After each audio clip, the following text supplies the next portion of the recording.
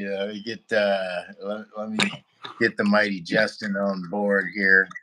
I do have to say, I'm also, when one issue happens, then all of them happen, right? That's just how it happens. That's just how it is. So also, for some reason, just today, my iPhone charger cord is not working, and I'm at 47%. I'm gonna grab my. I know, dude. Right? I'm gonna go grab my my other power bank from the car to see if it's got a better USB connection. I'll be right back. Cool. Welcome to Sound Advice on Z. That was Chad over in Colorado. And we were going to do one final episode of Connecting Interfaces. And put my glasses up there. All right. Aloha, Justine. How do you like your profile picture there on the website? Yeah, we're going to connect that to a bunch of stuff. We want to make t-shirts too. Cool designs, t-shirts, make those available. So, cfuz.com, the collective. So, let me tell everybody what's going on here. This is a Sound Advice on the Smotherparty channel. This may be the last Sound Advice. It might be. We might have to do a fourth one. But then that will be it, because then we're just going to go back into music making mode. And maybe I'll do some all right. Some I can't talk right now. Let me get some coffee in me. That's what I just did. I just got some coffee in me. Yeah, maybe I'll do some more like guitar instructional or something like that. But this may be the last episode of Sound Advice until we come across some other thing that we feel that maybe, we should actually talk about. But I don't want this channel to be too much about talking and more about just music. But if something needs to be said regarding music, then we'll go into that Sound Advice mode. So the first episode of this series, we talked about audio interfaces, right?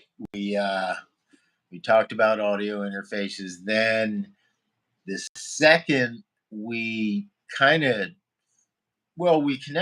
the audio interface, but we did run into some problems because, due to the restrictions that YouTube has, you have to use other things like outside software, OBS, or maybe outside hardware to let you do special things that they've sort of, disengaged. Is that the way to say it? Not the word I'm trying to use, but they disabled. Maybe that's the word I'm trying to look. But in the early days of YouTube, you used to be able to do all this stuff, and then they slowly rolled in the functionality in order to monetize each one of those functions, or at least group of functions that you would have to access by way of an outside software like OBS. Streamlabs is another famous one. Yeah, but we're just going bare bones, YouTube to YouTube, phone to phone. And so we can't do any audio stuff. And that's another reason why we're not doing the Sound Advice until we bump it up, because beyond this, we have things to solve in order to actually use this in a stream situation. Jeez. I know. I know. it's kind of comical almost if it weren't so frustrating. It's now Chad has witnessed my frustration on the audio interfaces face to face, so to speak. Yeah. And you know, I've always looked forward to the day that he too would experience those frustrations. Hey, and whoever you are that subscribed just now, thank you very much. Yeah, 16. That makes 117, 117. Help us to get to 140 million. That's my goal with all of my channels now is 140 million. So thank you for getting this one more there. Whoever you are, you superhero. Yeah, man. Audio interfaces. This is my little prize of a get up, and I'll kind of go into it. But yeah, it kind of is ridiculous to be doing a thing called sound advice, but we're not using any of that. That's absurd. It's absurd, and YouTube's not letting us. So what we're going to do is we're just going to talk about the frustrations. Then we're going to go away. We're going to figure out what software and agree on what software or what hardware we might use. We might not do any of this kind of streaming stuff until we figure that part out. I think we also have to consider this. Not a lot of people are really streaming, like, you know, doing a what would you call this? A two-person stream, a co-stream? Yeah, two-person stream, co-stream. Not a lot of people are using this kind of gear and doing this kind of stream with headphones and a microphone, right? You usually don't see that kind of a thing. This is goofy. There we go. Yeah, usually you're usually not seeing the microphone and everything. Oh, look at that. That's a high microphone. I just did a stream or just did a video today on my BB gun channel. You know, I don't really do much with the BB guns anymore. Yeah, now I'm pretending that we're doing this. See, you don't see this. Like, you don't see it, right? Because YouTube's not going to let you do it without special software or hardware. So, so we're going to figure that out before we do another sound advice stream. Makes for sound reasoning, does it not? And lights. Keep going.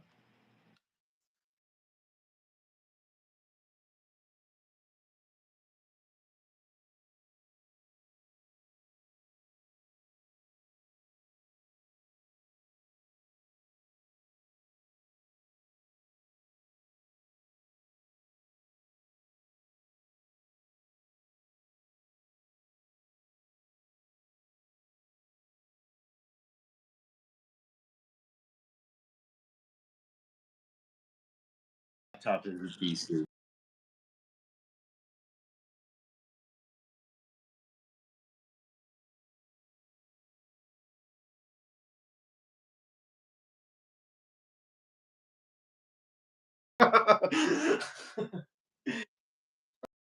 Serving its function. Yeah, those devices are serving its function. You know, you're probably using them for work and school and stuff like that, right?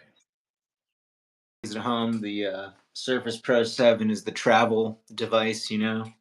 So yeah, they serve a musician and as an artist, you know, you gotta go with the Mac ecosystem. It's just one of those little sad facts of life. I've gone back and forth. I've tried to deny Apple their little bite, so to speak, and they got us. They got us. The business world is gotten by Microsoft, and the arts world and the you know, this world we're living in. Ads, man. Right. Yeah, and now it does surprise me that your Windows machine can't stream, can't do a two-person stream. That surprises me. That's a little weird. And I'm wondering if there is a compatibility issue. You know, I'm on a Apple. I can show you the page that popped up for Go Live Together.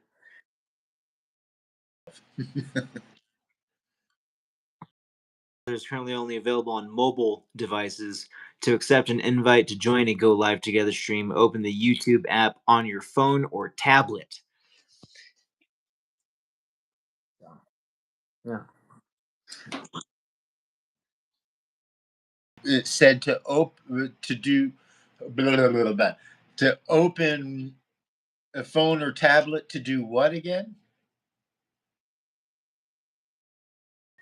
To join a Go Live Together stream, open the YouTube app on your phone or tablet. And Lightstar01, by the way, is saying hi and thank you for the sub. You're the one I was pretty sure you're the one that I was saying thank you to.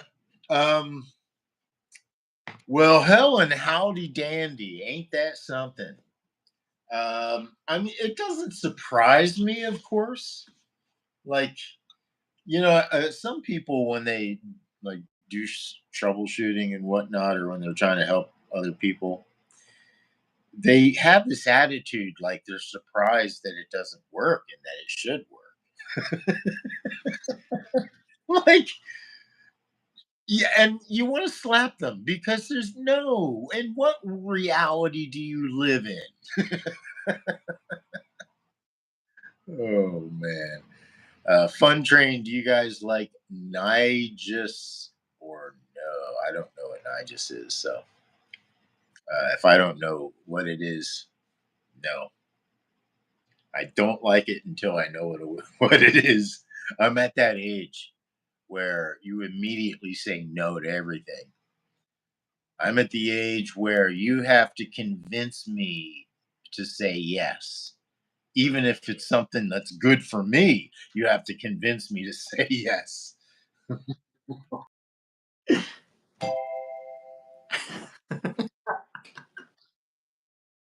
Simply amazed when you say yes to somebody, but then on another occasion you say no, how they behave. I'm absolutely phenomenally amazed. Like, and they're like they want an excuse. Like, okay, why? You know, like no, n zero. The zero after n means that's it. Like zero. There's no more. No, but there's no zero. It's zero. And oh no, can we move on in life now? Or do I need to stop everything and and cater to your emotions and your massive regret on, you know, even asking me? What the reason you asked is because you wanted a yes or you wanted a no. Okay. Anyway, that's my rant for today. No. Okay. Just want to say that again. I'm just talking about how no is the default of the elderly, or at least should be. Because if you haven't figured out by now that you should say no to pretty much everything, Yeah. You'll figure it out. All right. Fun. I don't know who Nigis is, so whenever somebody brings up something like that, I always think they're trolling. So anyway, back, yeah, back to the digital audio interfaces that we're not going to connect because YouTube won't let us, Windows won't let us. We just have we are being cockle blockled on every turn. By hardware, we're being We're just using our phones and we're not doing a two-person stream. You can stream with a microphone and with the headphones, and port, and by yourself port music in. And so, indeed, I want to see you do that on your existing channel or on your music channel. You're going to be sending me those links and whatnot for the Sifu Z.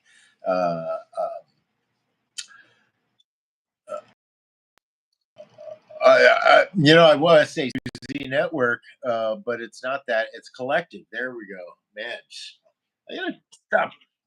I gotta stop coming up with these multiple syllable words. They're just so hard to recollect. Yeah.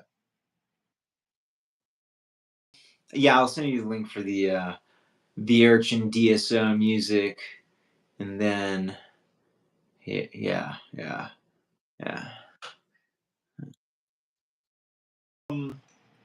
The like I said, this may be the last of the Sound Advice episode. Unless there's like this massive call for like, no, do another episode where you actually successfully have Chad connect. Yeah, well, if you put that kind of heat on us, then maybe. All right. But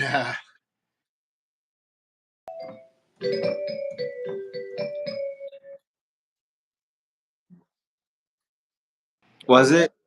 I don't know. It kind of sounds cool, doesn't it? the Satisfaction Experience. That's an interesting name. Asking if we both do music. Yes, we both make music, and we're also both martial artists. So we do art of various kinds. Fun Train, they say they make love. Yes. Not to each other, of course. And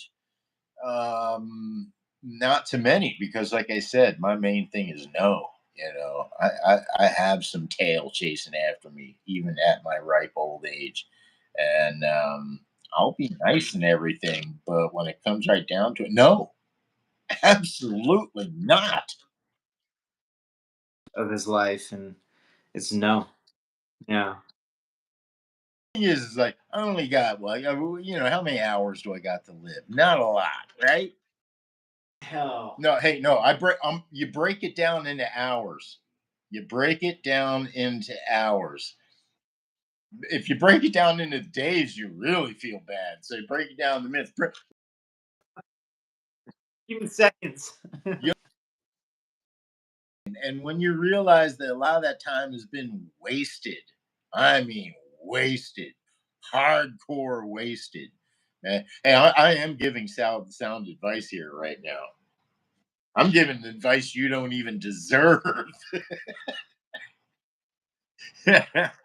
You should have to suffer for this advice. I'm not talking about Chad, by the way. No, I'm talking about the rest of you out there. Um, but yeah, man. I'm not saying there's going to be a special lady out there that's going to receive sweet loving. That's going to happen, but she has to surface. She has to prove herself. She has to turn my no into a yes. She has to turn my no and flip it around to an on. You see what I'm saying? All right. Thank you for digging this. See, this is the problem. Low tech, lo-fi is so much funner.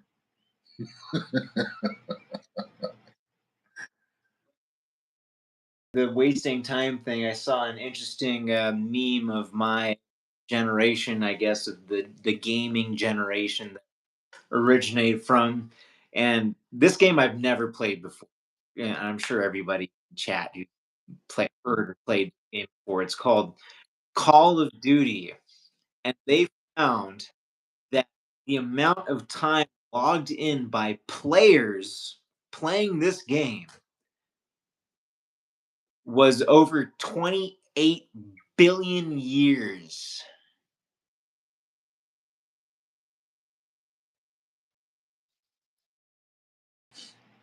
That's the math, man. That Maximus that's like that's Macias. like 200 million people playing that game for like 10 hours a day. You know what I mean? It's it's crazy. It's crazy. Yeah, so I thought about that. Like, wow. If you have people, there are a lot of people out there in life that really shouldn't be going out and doing anything. Like, just don't, no, stay home. You know what I mean? There's a lot of people that need to freaking stay home, watch TV, eat some top ramen, get some ice cream, eat a whole thing of ice cream. Do it. Share.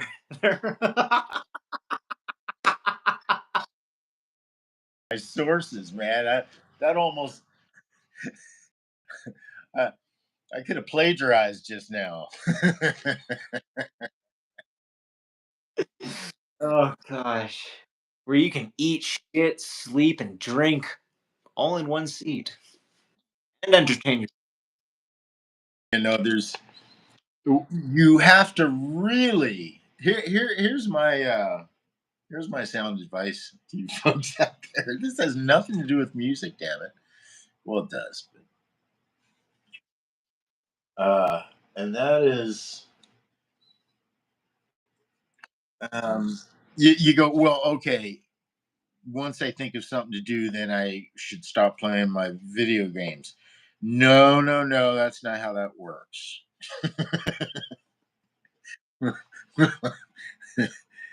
See, you have to vet what it is that you think you want to do in life, right? And the vetting has to be, something. Oh, pretty much this. Would I do it for free? Right? Like, is this? You see what I'm saying? Well, would I do it for free? Find the thing that you would do for free, right? Like music for me. Here now we swerve back into music. Music for me is something that, yeah, I'll start doing it, and then 12 hours goes by. It's something that it removes me from time and space. That's how I know I belong in that paradigm.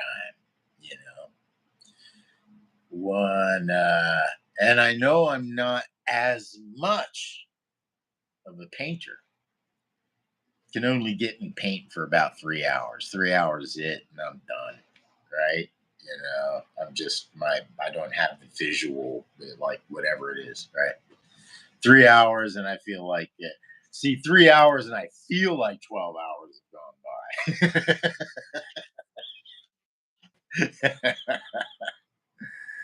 by. Yeah, Maximus. I don't know if you sub, but if you did, thanks. Have no idea what a thug shake is. You're gonna have to be more descriptive there, man. Gen for me to understand. Yeah. Again, we'll go back to this is the audio interface if you use software or hardware, right? You can do these two-person streams with a microphone and a headphone and get really good audio, and then you can also dial in some external music. Maybe you're playing a guitar, maybe you're playing with backing tracks or MIDI tracks. So you can really do some awesome, cool stuff with an audio interface. Uh, but you cannot do two-person streams. I'm saying that over and over for my own benefit because I keep forgetting. Every day I wake up thinking, "Oh yeah, yeah, let me put the headphones in the microphone and let me do a two-person stream." Oh right, and this has been like years now of me having to go through. It's like Groundhog's Day. And we're back. Oh right, I can't do that, and so so Again. and my journey has included many of these devices, many of these microphones, many of these headphones, and way too many of these camera adapters. Yeah, it's been a 7-year journey. Audio interfaces. 7-year journey, and you're going, well, why haven't you given up, or what? No, it's not. It's not like this. No, it's like it's like this. It's not like this. It's like this, right? When I first got all this stuff, worked great.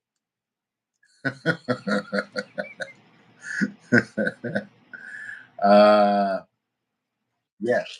When I first got and then the functionality from the platforms got taken away and made it more and more difficult to do what you used to be able to do. And so that's what we've been navigating, you know. The thing I wanted to point out here, if you see this is a condenser mic. My dynamic mic, which is the one you have, luckily this I think pushes the mic a lot, your dynamic mic a lot better than this does. I think it's just one of the things of the focus, right? So this is like, I don't know, a $4 condenser microphone. It's not that cheap, but it's what came. It's actually what came with your uh, with the Scarlett unit, right? And some Scarlett headphones. That's not what these are. But I bought the Scarlett, came with headphones, and this are like the whole setup, and then you get a camera adapter and you're ready to fly. But then the first problem you run into is you've got two channels.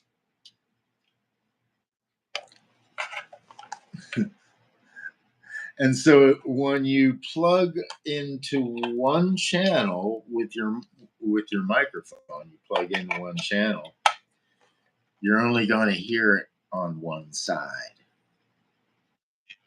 It's like, what? Why? Why not just go mono or left right?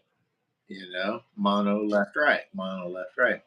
Okay, so I'm sure maybe some other units do that, but none of them that I have. So the first thing I had to do was go and buy myself one of these things, and this is a 2-to-1. So you plug this into both of them, and then it sends it to both channels. And then it's nice and strong too. You're getting two vocal. Yeah. Now, like I said, it's condenser mic, so I'm using the 48 switch on this, right? Yeah. Um, and then what's kind of annoying too. Let's say you want your vocal, and then you want your music to go in here. Well, that's a little bit annoying, like you're plugging in a guitar or something in there, right? Well, that's a little annoying because now you got the vocal on the left and the guitar on the right, and that's not really very natural sounding. So that's where your mixer comes in handy, because you plug everything in your mixer and then you plug your left right out of your mixer to the input of your audio interface, and then control your panning, your left right panning, and your volume and your effects and everything on your mixer. So you can get away with doing stuff with this without a mixer, of course. And what most people will do will use AUM. AUM is, I'll even get it up on here, so kind of show you guys what it looks like. AUM. So this is what the icon looks like. Where is it? Where is it? Where's the icon? There it is. It's like energy. Yeah. That's AUM. You can pick that up at on the App Store. And you open up AUM, and AUM looks like this. There's nothing there. Hi, Lil Dubs. Yeah, I'm getting all these interesting names. All right. And so essentially what this is a mixer.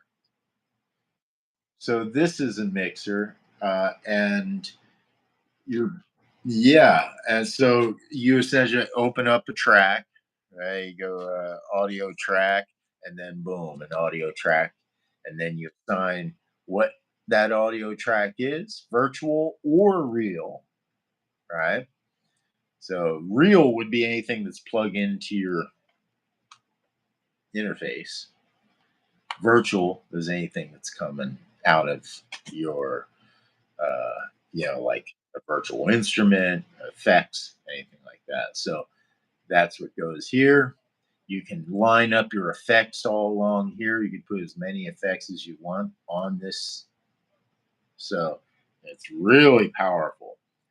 Instrument goes here, effects go here, output goes here. You can also do a thing what's called, the hell is it called? It's called busing. Yes, busing. Meaning you can get groups of channels and then route them to a left right out, if that makes any sense. In other words, let's say you have a whole drum set, and you don't want to have all these faders. You want to set the faders for the snare and the cymbal and all whatever and all that stuff. You set those, but then you group them together as a sub out, and then you create what's essentially a left right or a stereo out. So instead of this going out, this goes to sub, which is the left right out that you would create here. So I don't know if that makes any sense, but it doesn't matter. I don't really use subs all that often, but if I get really into this, then I'll start subbing.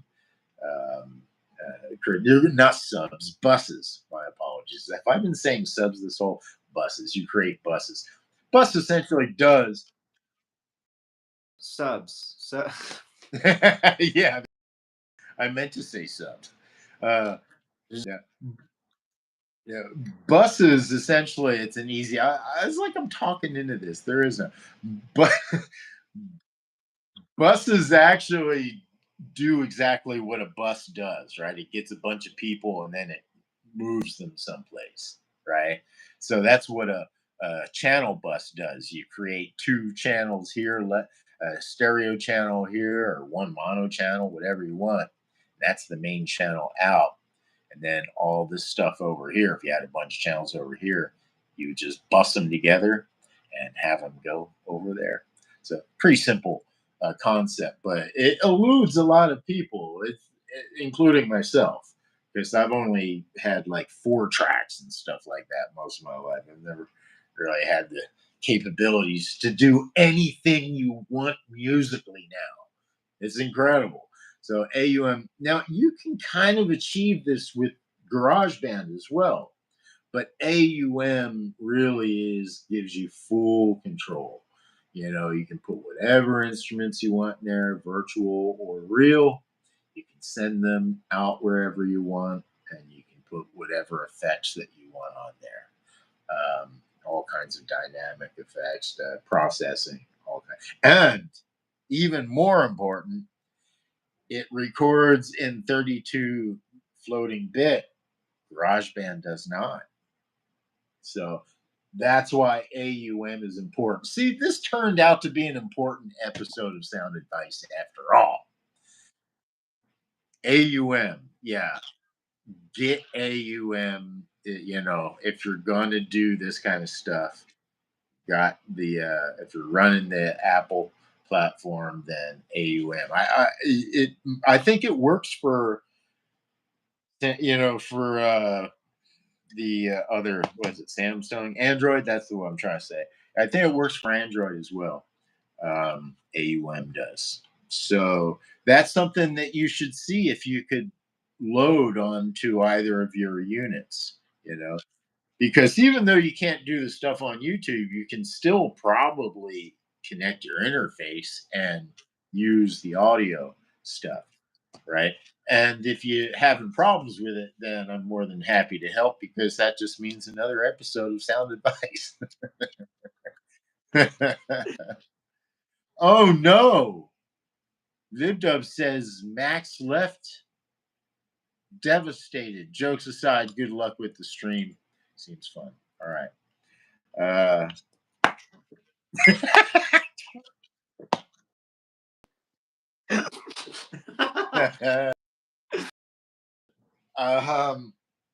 So yeah, that's it, man.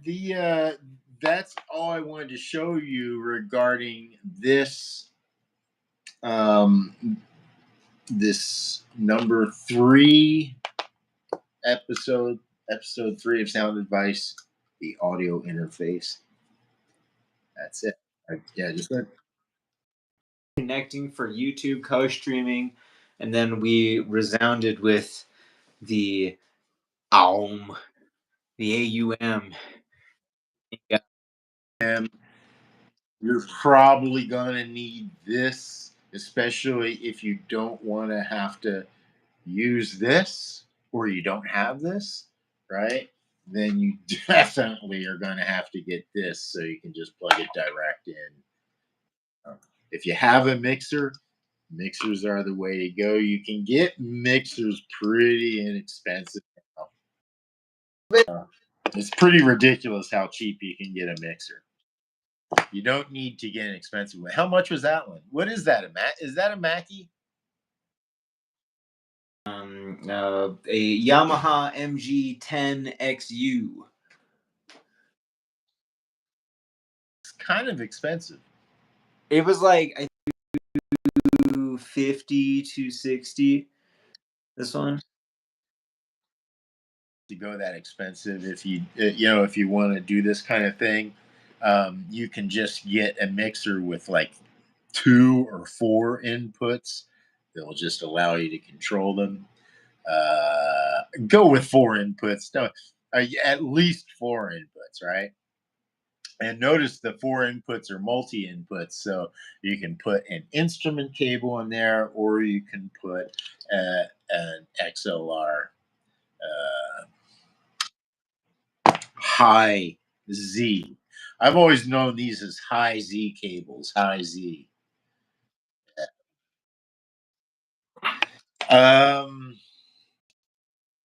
And the AUM, right. And let me show, I'm just trying to make sure. Oh, the upgrade that I did. Oh, let me talk about the condenser mic, though, a little bit. And that is, I think when I'm going to purchase, I don't know when this is going to happen, but I am going to purchase another microphone, and this next microphone I'm going to purchase is going to be a condenser microphone. I am going to go, when it comes to speaking, condenser microphone. I think this needs to be said. I don't think anybody is saying this properly. if you're going to do speaking, get a freaking condenser mic. Don't get a dynamic mic, because the dynamic mic is going to require more gain, right? Which means you need a mixer. I have a quick question. I mean, it was the same one of last week, but right when connecting the audio interface to the mixer, what was it? The audio interface is like the is plugged into the instrument, into an instrument line. Was that right? Or was it Is the output, the main output of your mixer, not the interface, but the mixer, the main output of, no, that's the interface.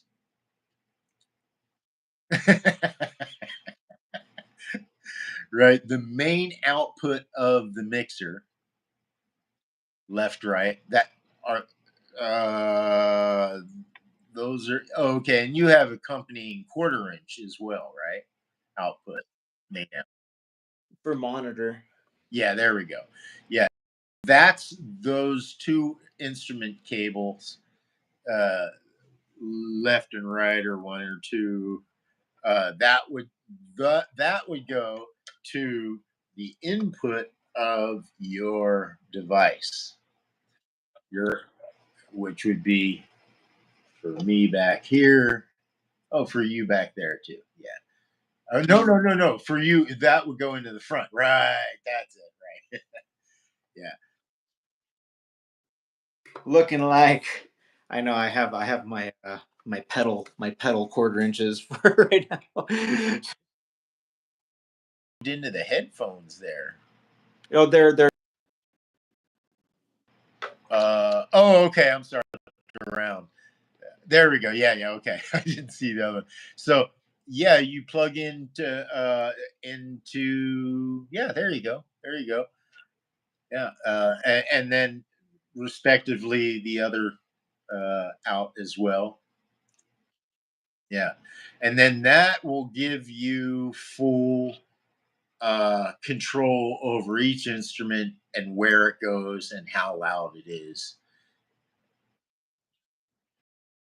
okay.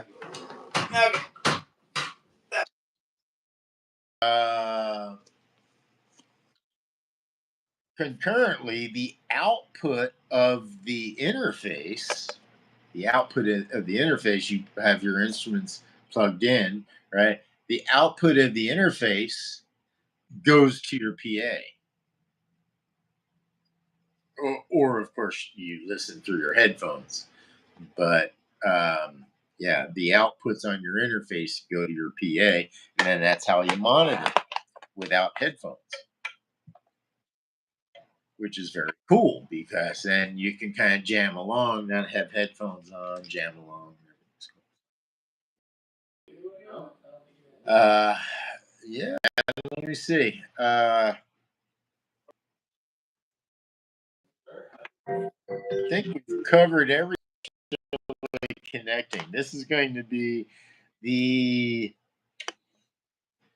lamest audio interface connection stream the world has ever produced. 3 episodes, hour long or more, not connecting to an audio interface. But you know what I've said regarding uh, regarding learning stuff, medical, tech, science, we always learn through the misfunction, through the malfunction, right? We don't learn medical stuff through healthy people. We learn it through sick people. We don't learn psychology stuff through sane people. It's insane people we figure that stuff out. We don't learn science out because everything's good. No, we learn science out because things aren't good. We need to make them better. We got to figure this out, right? So in that sense, we may, yes, be the worst and in the same hand, the best audio advice you could ever receive on the internet.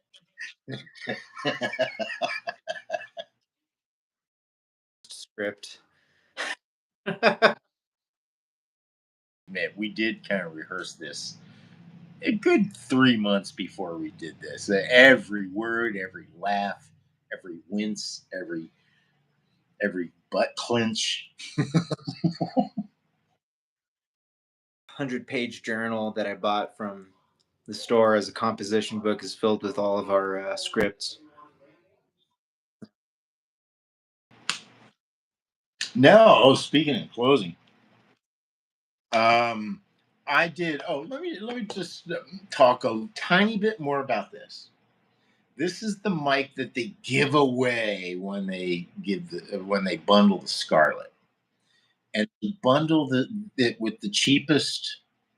So like I, I- if you any mic you buy over this condenser mic, it's better than a Scarlet. It's going to be good.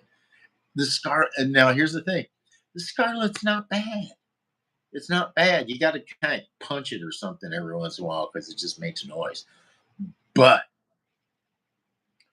it's not bad for a shitty condenser mic, right? So I just did a video for my BB gun channel, and I used this for the audio, and man, it sounds great. I mean, it sounds great, and it's so stupid because this is just the word. I've been like not wanting to use this because of FOMO, right? Fear of missing out, fear of going, oh no, I got to use it better. I can't keep making and using. No, this actually works just fine. So I'm not going to be rushing out to get another condenser mic. But when I got an extra like $100 or something, I'll probably get a condenser mic and a new one because you really do got to punch this thing. It's like it goes. I'm like, what? And there's wires that are loose in there. Maybe I should take it apart and try to see if I can. But the moral of the story is it's pointless to sit on a football. No, no. Moral of the story is you don't need the fancy gear. This is $100 more expensive than it needs to be because it's coming from Britain or something, right? Uh, I was conned into fancier gear. This is a good piece of gear. It's metal and stuff. It's cool, but it's definitely not much better or not better than the Scarlet. But you don't even need to get the Scarlet. You can get the. I'm telling you, if you don't have a setup and you have no morals regarding, buying Chinese stuff from Behringer, right? Then just go ahead and get all Behringer gear. Get a $20 Behringer mic. Get a $20 Behringer interface or a $40 Behringer interface, 40, 50, right, 60 now. $20 pair of, no, just don't even use your old wired earbuds from your phone, from your iPhone from like 10 years ago. Use some headphones, right? 10. So this is going to be the biggest expense, maybe, right? Your USB cord in this. This is $463 right here. So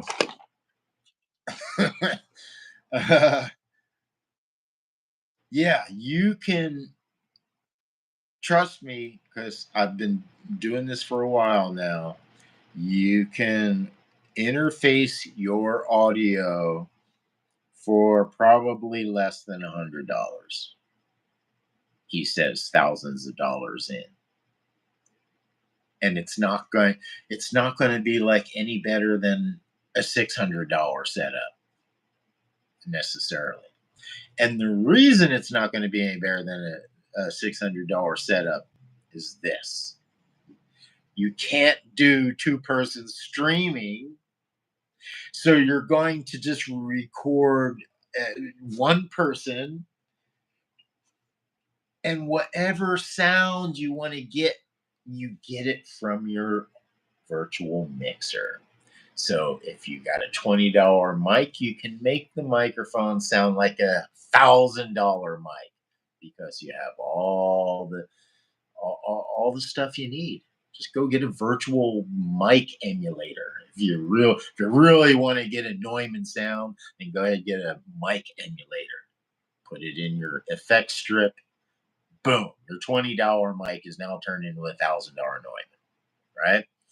Same thing with instruments and whatnot. You can get a Sovtech or a Marshall stack, virtual Marshall stack, or whatever you want. I'm more of a Fender Twin kind of guy myself, but you know. But I like me a Marshall. Back in the day when I was with the thing, I had she actually bought a double stack Marshall. I'm like, what, are you out of your mind? Unasked, I never even say anything about it though. You know, obviously, a size queen. I came home one day and like there's two Marshall stacks. I'm like, what the huh? You can't even plug those things in and turn it to two without the cops showing up. A breaker. Yeah, but yeah, right. So, yeah, man. When people say that this is the best time to be a musician, uh, it's the best time as far as entry. You can literally with an iPad or an iPhone and this stuff all here with this stuff, you've got $1 million studio in your pocket. It's crazy. I just always thought that the interface is going to be so important. And it's like, no, not really, because of AUM and all the virtual stuff that you have at your disposal, you know. So that's good. That's good stuff. The stuff that you and I have is more than capable of doing what we're trying to do with it. You know, I suffered for the past 6, 7 years, so you don't have to. Not only do you not have to suffer, I refuse that you even have to pay for any of this.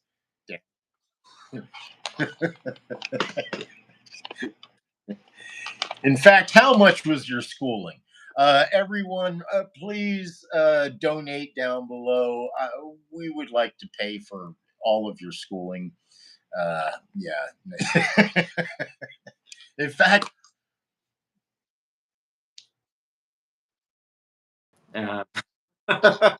listen, ladies, don't realize this, but Chad deserves a free ride here from this point on. So we don't need him working. We don't need him out there hustling and bustling, busting his ass. What we need Chad doing is creating music and discovering. And hey, how do you like the new Sifu Z collective motto? I'm digging it. I'm digging it. You know, which is train, create, discover. Ooh, yeah. I was gonna say explore, and I was like, you know what? I don't like explore. For some reason, explore to me sounded like uh, Dora the Explorer. You know, Dora the Explorer. Yeah, the Dora the horror of an explorer. I'm like, no, I don't want to do that. And then explore. It's such a but discovery. Used for invading other countries.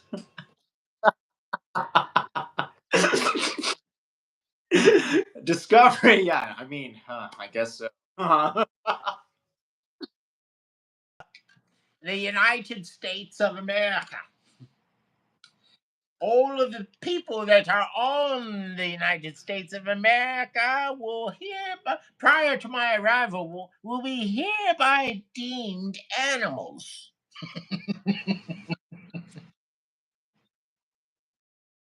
Gosh. Outside free. Own hand and smear it upon Outside my free. face.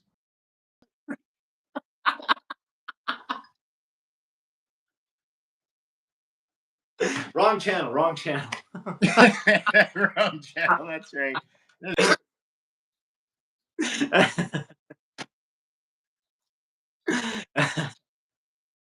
can sound like this. You know, condenser mics. You can hear your butt cheek squeaking with a condenser mic. That's what we like about condenser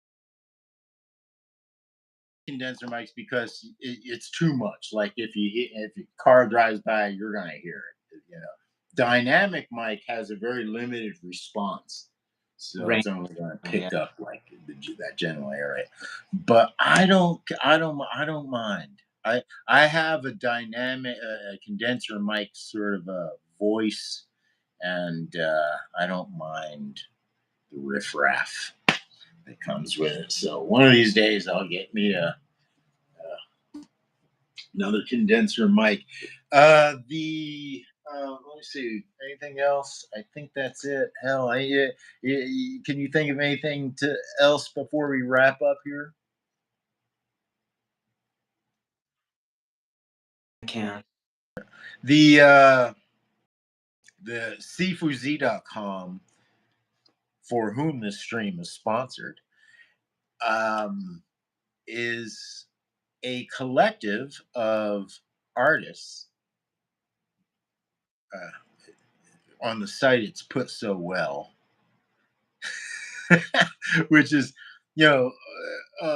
martial artists, visual artists, musical artists, etc. And it is a new collective, and I'm really stoked on it. We're building it into a hub where you can go and listen to like-minded folks' music. Pretty much outsider type art, outsider type music, for the most part. I mean, both Chad and I are quite versed in popular music as well, but we also have a penchant, shall we say, for outside music, or what's considered outside music, right? So, I mean, really, if you're a musician, if you're a real musician, then pop music, you understand. Like Frank Zappa said, pop music is just advertising. So, sure, you want to know how to do the advertising, you want to know how to do the pop music, and some pop music is good. The home of happy auto parts, where saving money starts at Jimmy's Used Auto Parts. Yeah, that was a commercial I heard 6 years old. Never left my head. So, yeah, advertise music and advertising is huge, huge. People really overlook how powerful of an influence music is. Sound feeling that is accustomed in culture, like Ionian, you know. Yeah. Jumping down a 1 hour rabbit hole that we ain't even got time for. But yes, now listen, I mean, it all boils down to that, doesn't it? It's now we start sounding like conspiracy because it boils down to the Gregorians. It boils down to selling the religion. And it boils down to going, you know what? This is how you must feel when this mode is play. This is how you must feel. Oh, and this, you're not even allowed to play this mode. If you play or we hear this And so those will be the dark modes, right? Those are the forbidden modes. Yes. Yes, the forbidden modes, right? So I share this with everybody because after all this nonsense, let's share some gold, which is some true sound advice gold, which is culturally, yes, in a 12 tone system that the Western music is in. Um, we really are. Um, a word is brainwashed, but conditioned. What's a better word? To understand that those 12 tones as being very specific, related to very specific feelings, but that's only in Western music. In other kinds of music, those intervals don't have the same association. Now, why would you do that?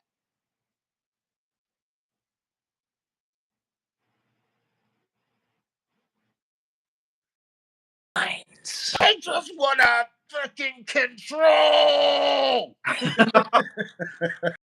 They want to control what you like. In order to sell you things that you didn't even want. How does Zappa say it?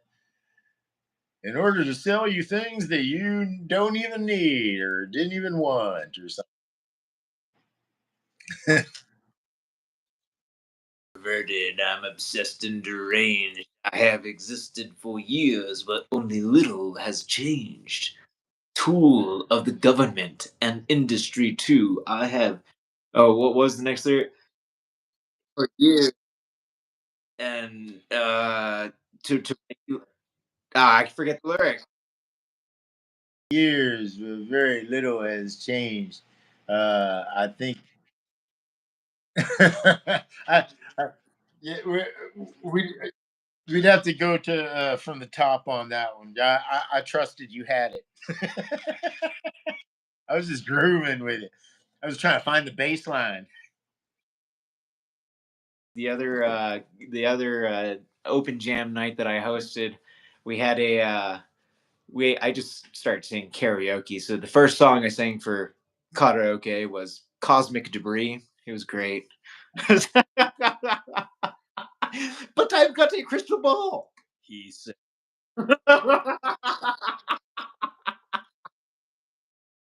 Man, man, here I am in sunny California, just love, all the babes, naked women, everything. Um, but I still feel like I'm missing out not being out there in Colorado with all the naked women and whatnot in Colorado. Uh, It's like, right down our alley, full-fledged woman. my my baby braids her shin hair.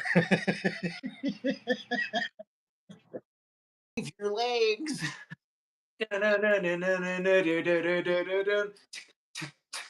Wowie zowie. Yeah, how's that song? Uh, all right. This book that see, I have a theory. We're going a little bit over right now, but I did want to kind of put this out. This is the Well-Tempered Clavier by Bach. And the first book. He actually has a book. I, if I'm not mistaken, this is like early on in his career, and then he wrote another one that was later on. I might be wrong there. It's just so amazing. Oh no, this is books 1 and 2. So he did write 2, but this is a collection of both of those books. And the reason this is sort of like my Bible of music, because I went to 2 music schools, and in music, it's like language, art, everything. There's a certain amount of subjectivity towards your approach, right? Read music, go by ear, jazz, rock, classical. But to me, if you're talking about the Gregorian system of music that we have been born and raised into, and you really want to understand it on a very like first principle level, then you gotta study this. You have to, and that's a huge claim to make, right? But think about it. This was right when 12 tone system started to be created. The piano hadn't even come around yet, right? This is for clavier, is not for piano. So some of the notes here don't even sound right because it's not toned the same tone as the clavier, right? So um now what first of all, you want to study what you like. I love Bach. But also, I have a sneaky suspicion, but I think I have to. First of all, why would this last so long? Why would it be so influential? Why does it resonate so much? So, if I have to buy another version of this book. I think this book is like cancer causing. It's got black mold in it. Maybe if I put it outside or something, I don't know. But if you look at the first prelude, right? You get this first prelude, and you look at those notes. You're going, okay. What's really nice is that it in this prelude it repeats itself. It's like it says this, and then it says it again, right? And then each measure says whatever it's saying twice. Also, the bass on this is amazingly simple. You could probably learn how to read music in one day and be able to play this bass line. Right? Play it. Understand it? No, because it's really abstracted without the upper part, right? So after and now once you go from the prelude in C, you then go from the prelude into the fugue in C. Now let me see if I can show you this. Okay. Right, here's the prelude still up here, and then it goes into the fugue. Look at the fugue. Look at that fugue. Look at that fugue. That's the first lesson in the little clavier, the Will Temper clavier book. That's the first lesson. He would go from that to then this, all within the first prelude and fugue in C. And then after that, it's nothing but insanity. It's just insanity. It's insanity. There are no whole quarter notes in the whole damn thing. It just goes, what? I mean, fugue 10 and E minor. Man, that's two hands doing a lot of stuff right there. And so, why has this become so important? Well, it only occurred to me. I mean, it was intuitive, but I couldn't say what I'm saying about this until just recently. I've always, since I was young, loved Bach, loved Ravi Shankar, loved Bach, and I just wanted to learn that first piece, right? So I kind of stumbled upon this. Well, I realized that this is a music lesson.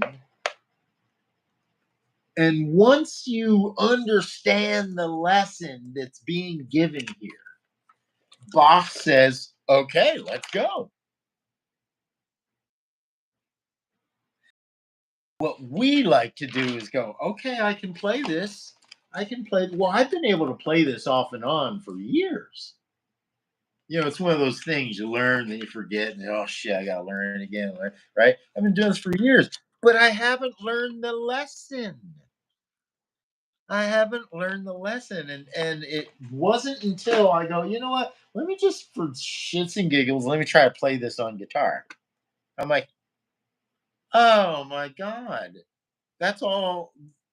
That's like C major, D minor, E minor, F, yeah, F, perfect F, F, what, Lydian is what? What are we? Four is Lydian, right? Yeah. Fifth, Mixolydian. Anyway, that's what he's doing from each measure to each measure. But and you don't see, I'm the piano isn't my instrument, and also you wouldn't see it. It's not so clear. There's so many inversions and so many things going on that you're like, what in the world? And Bach is so genius that if you played the upper part or you played the left hand separate, it doesn't. It's like, where is that going? Where is dun dun? Where is dun dun? Where the hell are you going with that interval? And then on the right hand, he goes that, and you're like, oh my god, that's genius, you know. And you get to see it's not this like C D E. It's just these beautiful voicings of C D E. And very musical. It go to the point where you get to this huge dissonance where you're playing an F sharp against the B flat. It's like, what? Hold on, where? What is that? That's not even within the diatonic. So, but but again, it's a lesson. It's a lesson beyond what you're trying to shove everything into. I see it on guitar because guitar is if that's your instrument, then you're very familiar with those chord shapes and how they go up and down the neck. And so when you play Bach on guitar, now you're starting to go, oh, now I understand the lesson. It's so different than just play it, learn the piece. No, there's a freaking lesson in there, you know. And of course, Bach was famous for doing stuff like this and then turn it upside down as the same song, you know. Bach's also famous for having put apparently even within this stuff here there was some cryptic code going on in this artwork that was in the original script. Yeah. So, uh, so yeah. And, when people say they love Mozart, they love Beethoven, you know, eh, I don't even want to hear those names without Bach first, because Bach is like who everybody was like, holy Bach just was like, oh, he invented classical music, as we know it, right? He invented that. And then everyone else, it's like Kelly Slater, everyone catching up years later to Kelly Slater. Same thing with Bach. That nuts? And Bach's the same way musically. He's still blowing minds. Like, I'm somebody that's hip to a lot of various musical things, but when I'm playing Bach, I'm like, holy, there's just things in there that, yeah, that will probably be learning for the rest of human history, is a lot of this Bach stuff. Bach. So yeah, well-tempered clavier. You could probably even find the sheet of just this first. If you can learn the well-tempered clavier, good on you. But you can then also play the fugue in C. Okay, well then that's like because it's listen when you're done here. Listen to the Prelude and See with the fugue on it, on YouTube, and listen to it. It's like very simple, and then all of a sudden it goes into atomic mode. It's like, oh, come on. Because you feel like you got somewhere when you learn the prelude. You're like, oh, I know. No, you don't know shit because you can't even get past the first measure in the fugue now. You know, and you should. I know that you should, because I'm realizing that, like, what I'm realizing, also what he does is there are these turnarounds. We all know about these turnarounds. There are these clever turnarounds. They're exact points where you think you're flowing and you're like, oh yeah, and then like, oh shit. And it's like every fucking 1, 2, 3, 4, 5, every 8 measures or so, you run into this little turnaround situation where you're like, and and you got to think, and you got to think. It's just not natural to the ear, but it's so good, and you want that. You want that ability to be able to pull that kind of thing, like holy shit, an F sharp against a B flat. Play it for me.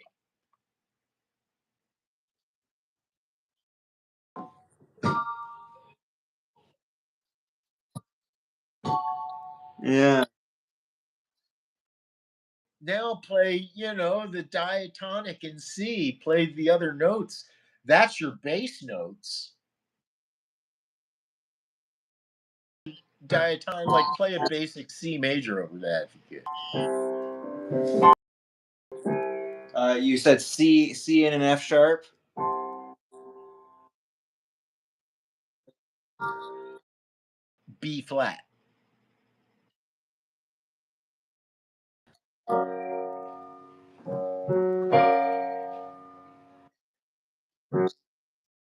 Inverted C major on the right hand.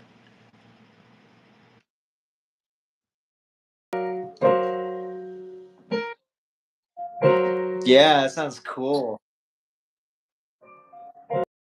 Stuff you get.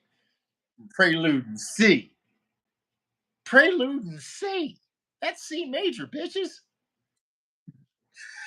And you would go, that's not C. That is not diatonic to C. But here's the thing: you learn these modes, right? But you still, at some point, you got to make a musical, right? And you have to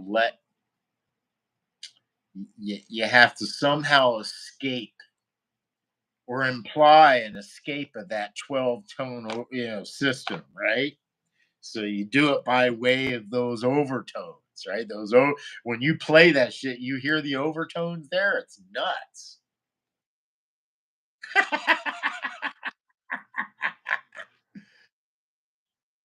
Right?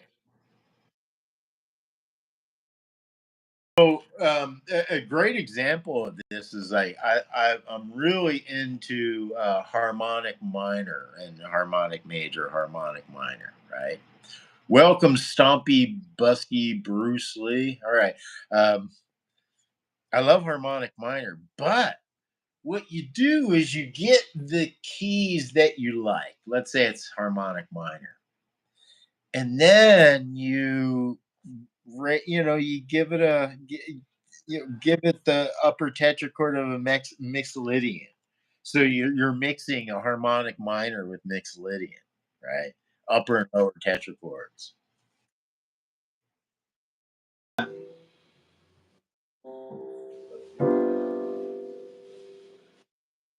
No, what I want. Yeah, how would I play that?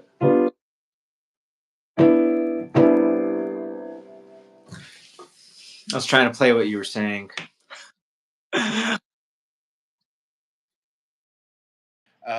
You can take any given mode or any given scale and go, okay, I like that, but that doesn't mean you have to stick with those notes. And in fact, what a really cool thing that they do in music, if you're a theorist, right, is you take the harmonic minor, and then you build modes off of each of those notes. Does that make sense? So you made the one may be minor, the two may be major, the three may be major. You see, it starts changing, and of course, now you're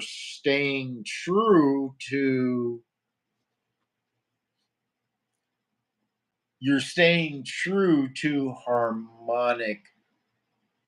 Uh, uh, uh, what am I trying to say here?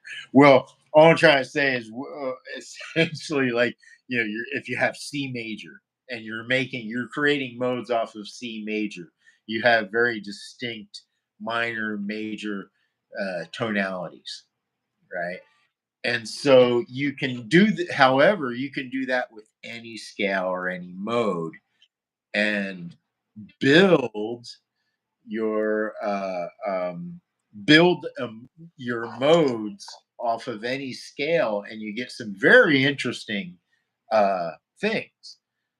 So it's a way of exploring um, scales. Because a lot of people will like buy books or look online for scales, and and man, I think you're really doing yourself a great disservice by not understanding the theory of how this is happening, because you can write your own book. I mean, literally, you could just sit down and go, okay, let's start with the major diatonic. Now let's build modes off of the minor. Now let's build modes um, uh, uh, off of various scale types. You know, Your mix or whatever or whichever note that you're in on. where that leads you, right? You can see where building it off of starting from Lydian and building it from there. But and again, this is stuff for the theorists. I monkey around with this stuff, but I'm such an ear player that I have to force myself, and that's what this is all about too. Is just forcing myself to kind of read the literature, forcing myself to read the manual of music, of being a musician now and then,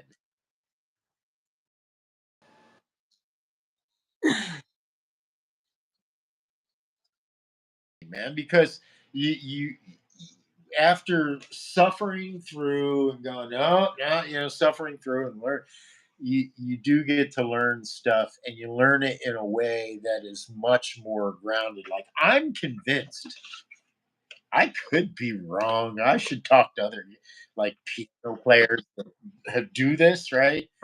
But I'm convinced. Please let me know if I'm right or wrong on this. But I'm convinced once you got Prelude and C and you've learned the lesson, then you can snap fugue and everything else in here. You know, That's got to be what preps for the rest of the. Yeah, why? Yeah,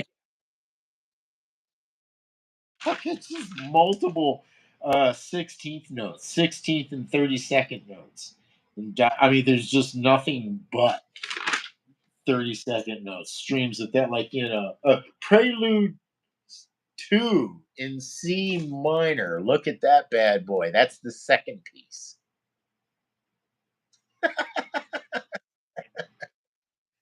And whereas other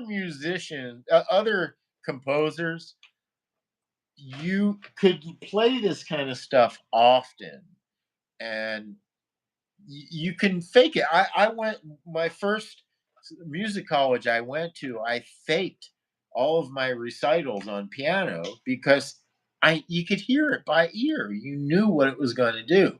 You cannot do this with Bach. There's no predictability. He fools you too. He goes, there's the pocket. Oh, there's the pocket. The ear wants to hear. Oh, what is it? No, that's not what we're doing. Yeah, man. Um, so,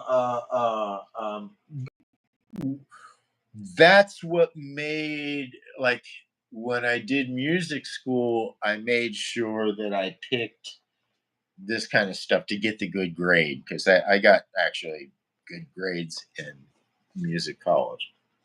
Um, I These days. I should have. I shouldn't have because I cheated. I cheated. I played everything by ear. I always picked an easy piece that I could do by ear. I would pretend to be reading the music, you know. So I shouldn't have done well. I should I should have struggled more, but at least I did know what the struggle was. And what I got into was Bela Bartok. If you're familiar with the composer Bela Bartok, well, even more so than Bach, Bach takes you through really wonderful melodic things and then takes you through these dark caverns and turns and then but he still gives you some good consonants to go on. Bela Bartok is like there's nothing that makes sense in Bela Bartok's music. It's like you got notes and you just sprinkled them on the staff and then handed them over and like, yeah, that's my composition. Go ahead and play it. Yeah, but it sounds cool. I like the way it sounds, and trying to learn it is probably the best sight reading. Like if you want to be a good sight reader, bust out Bela Bartok because your ear is not going to take over. You know, like on the Prelude in C, my ear takes over twice. Like, yeah, the first third and the last and the ending, my ear takes over and I can play it fine. It's just these 2 points that go, what? Oh, again? It got me again? That's what you want. You want your music to go, oh, it goes da da da da, and then and not get discarded, but go da. Holy, what did you just do there? Right? That's what we love about good music is when it's plays something familiar, but then you go, oh, hold on, what did you just do there? That's why we like yeah, like Neil Young when he plays those G, C, D, and E, but he just plays them in a jazz open chord, open kind of a way. Nirvana, when Nirvana plays their stuff, they're doing all the basic verse, chorus, but threw in that little weird thing, Foo Fighters, same thing, Queens of the Stone Age, Meshuggah, yeah. But Bartok is one of those where yeah, you're not getting away with any. You're gonna have to sight read every single 30-second dotted rest. Listened to Zappa for so long, and I'm still like finding myself listening to some songs, counting, and still being like, "Wait, no, that's the wrong count."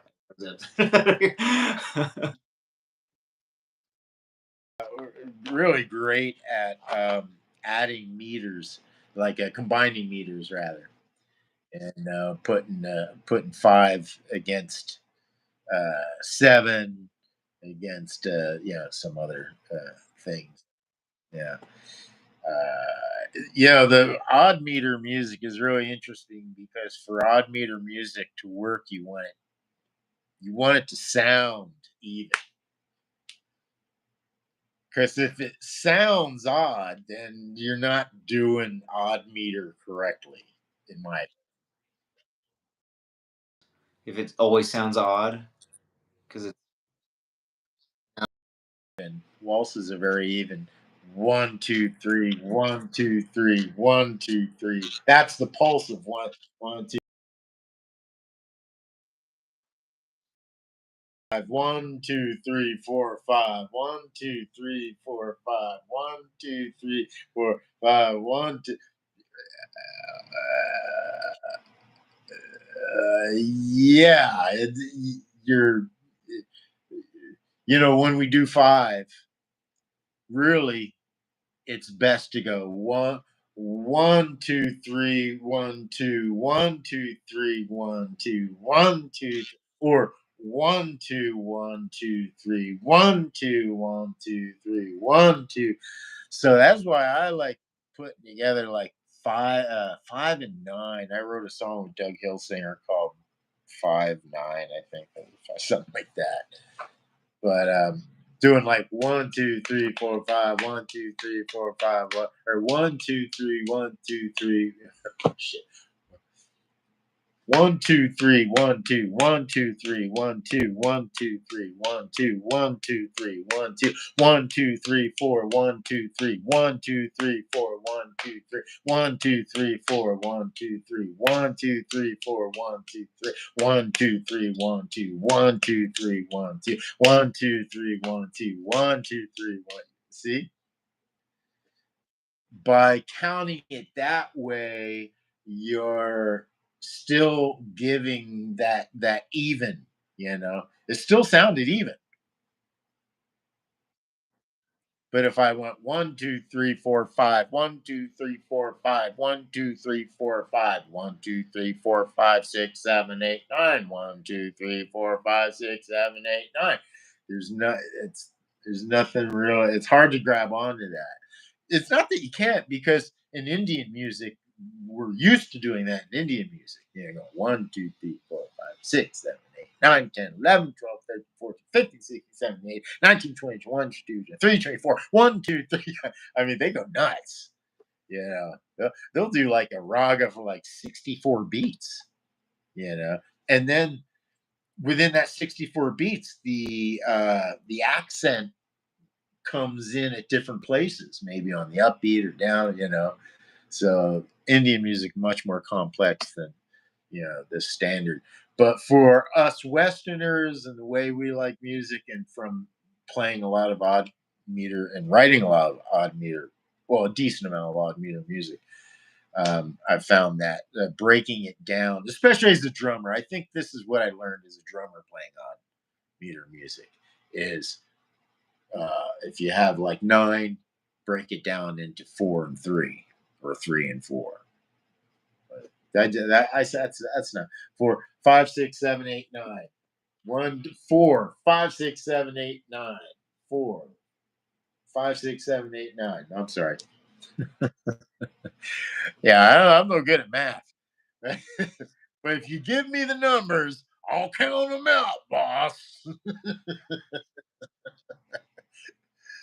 So 9 would be 4 and 5, actually. If I go back to my kindergarten mathematics class, yes. So it'd be 1, 2, 3, 4, 1, 2, 3, 4, 5, 1, 2, 3, 4, 1, 2, 3, 4, 5, 1, 2, 3, 4, 1, 2, 3, 4, 5, 1, 2, 3, 4, 1, 2, 3, 4, 5, 1. My jazz music teacher in college taught me the great jazz counting lesson.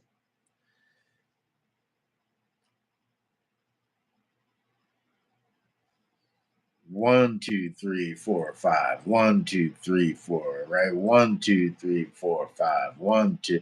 Or just counting this. Or you can even look at it this way. 1, 2, 3, 4, 5. 1, 2, 3, 4, 5. 1, 2, 3, 4. Or let's do the counting now. 1, 2, 3, 1, 2. 1, 2, 3, 1, 2. 1, 2, 3, 1, 2. 1, 2, 3, 1, 2. 1, 2, 3, 1, 2. 1, 2, 3, 1, 2. Then you're not counting it in your head. You know the pulse to just be here. You know where it's laying. 1, 2, 3, 4, 1, 2, 4, 5, 6, 7. Right. 1, 2, 3, 4, 5, 6, 7. So let's do 7. 1, 2, 3, 4, 5, 6, 7. 1, 2, 3, 4, 5, 6, 7. 1, 2, 3, 4, 5, 6, 7. 1, 2, 3, 4, 5, 6, 7. So now, once you understand this pulse, this is what you're paying attention to, and that's just left, right, left, right. It's a really neat way of counting odd meter when everybody else is trying to count physical numbers. You just break it down. You go, okay, is it nine? Okay, well, let me break nine down into five plus four. Or depending on the piece, you're listening for the pulse, right? So if you have a piece in nine, you may want to go 1, 2, 3, 4, 5, 6, 7, 8, 9. How cool is that? 1, 2, 3, 4, 5, 6, 7, 8, 9. 1, 2, 3, 4, 5, 6, 7, 8, 9. 1, 2, 3, 4, 5, 6, 7, 8, 9. 1, 2, 3, 4, 1, 2, 3, 1, 2. 1, 2, 3, 4, 1, 2, 1, 2, 3, 1, 2, 1, 2, 3, 4, 1, 2, 3, 1, 2, 1, 2, 3, 4, 1, 2, 3, 1, 2, 1, 2, 3, 4, 1, 2, 3, 1, 2, 1, 2, 3, 4, 1, 2, 3, 1, 2. So now you're sitting, instead of, that's a lot of counting, but you already know the pulse, and you know that one is over here, and then the next time it's over here. There.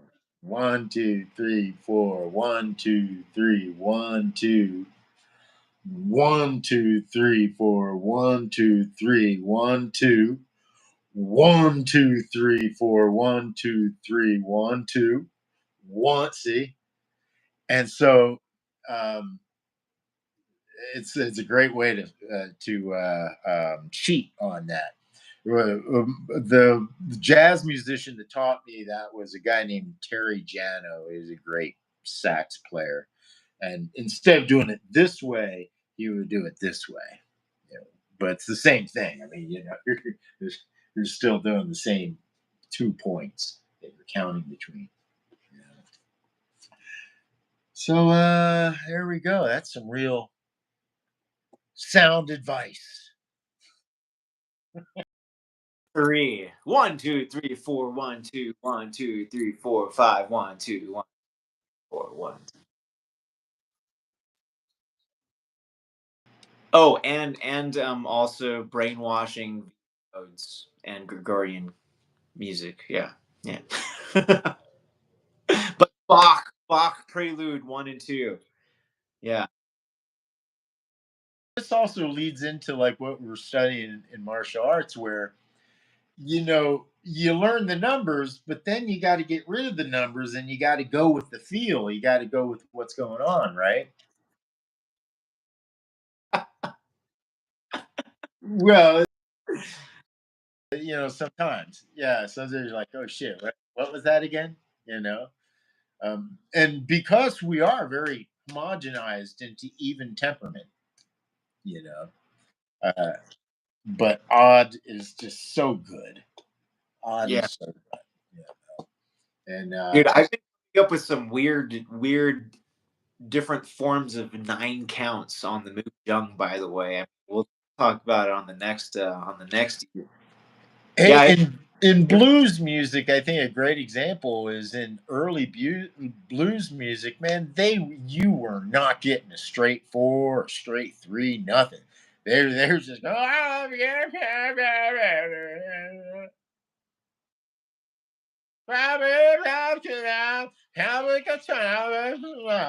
yeah, I mean, whatever it was, it's awesome. I love that old Mississippi blues stuff, but they weren't following 4 4 3 3. They weren't really following time. They were playing rhythmically, and it was making it happen.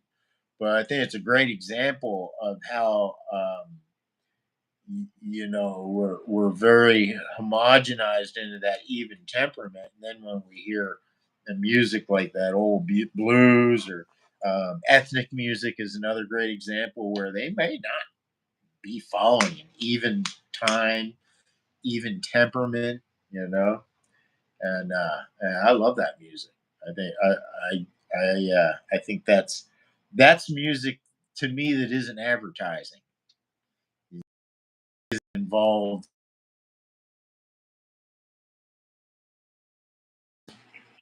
All right, I guess we should end this. Thank you once again for joining me, man. This has been quite an adventure, and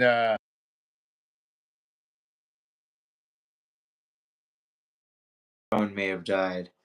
All right, that's the end of the music stream for our sound advice. We shall see you all next time, probably on Sunday. Oh, Andy's back again. we will. And thank you for that. Was great, man. Oh no, I gotta reply to this call that's coming in. But yes, we will be back. Thank you for covering for me. That was epic, man. That was pro. Yeah, we'll be back. Maybe will we be? I don't know. This we will do. Yeah, we will. We'll be back. But what we're going to do is you're going to play and you're going to do a thing, and then I'm going to do a thing. So we're going to be flying solo until we figure out how we can connect this and do a person stream again. So this will be the last time you see this stream until we figure it out. That might be by next week, maybe. I don't know. There's, anything's possible, right? Aloha, Haley, Ferris King, everyone that joined us. Thank you. If you haven't done so already, help us. We're at about 116, 117. We're trying to get to 140 million subscribers. Thank you very much. If we don't see you as a team next week, we'll definitely see you flying solo. We're going to be making sound. We're going to be playing some live gigs for you here. Be sure to go to cfuz.com to find out any of our latest releases in music or art. We're also going to be putting Chad's performance dates. Will that be okay to put your performance dates up on your site? Oh, okay, cool. So go check out cfuz.com. We got music, we got art. We're just starting, but we're going to be populating the CFUZ. I keep wanting to say network collective. Thank you. Yeah, we are going to be adding a lot to the CFUZ collective of my stuff, of Chad's stuff, of the Graph, of the Justin, and even more. I have a funny feeling we're going to have some more people coming in and joining us, but we're going to have a good amount to offer just between the three of us. So, all right, guys, we'll see you soon. Aloha.